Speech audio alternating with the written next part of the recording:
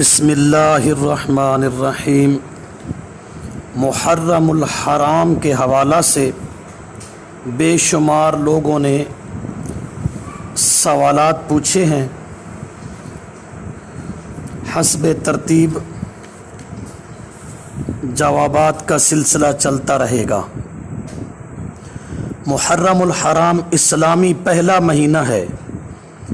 رسول اللہ صلی اللہ علیہ وسلم سے پہلے غیر عربوں میں شمسی نظام رائج تھا اور عربوں میں مہینے تو قمری رائج تھے، مگر سن عمومی سطح پر باضابطہ کوئی متعین نہ تھا۔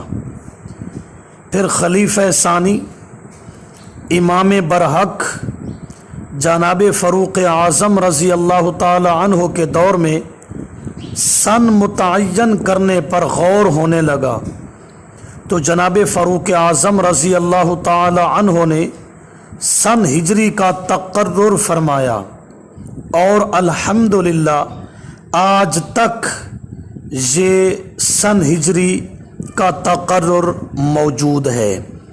بحوالہ المنتظم از ابن جوزی، جلد نمبر 4 صفحہ 229۔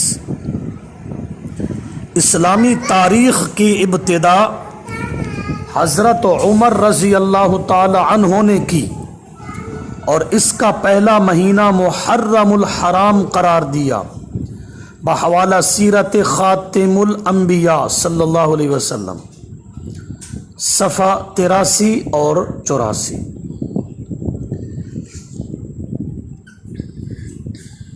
سرکاری مراسلات میں تاریخ کا باضابطہ اندراج یہ فاروق اعظم رضی اللہ تعالیٰ عنہ کے دور میں لازمی قرار پایا،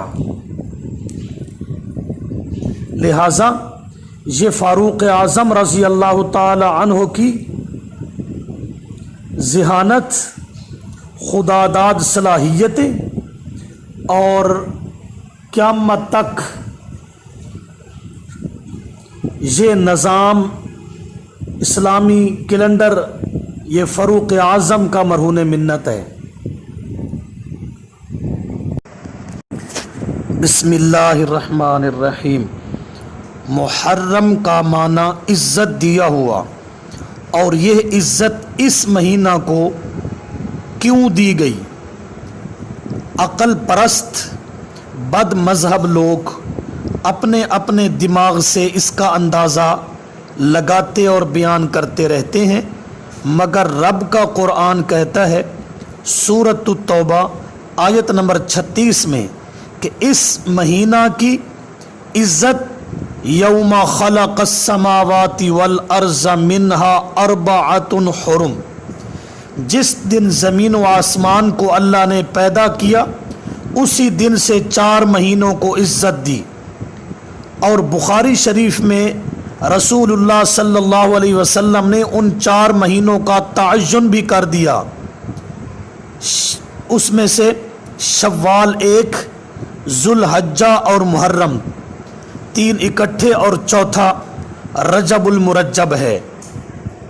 محرم کی عزت اس دن سے ہے جس دن اللہ نے زمین و آسمان کو پیدا کیا۔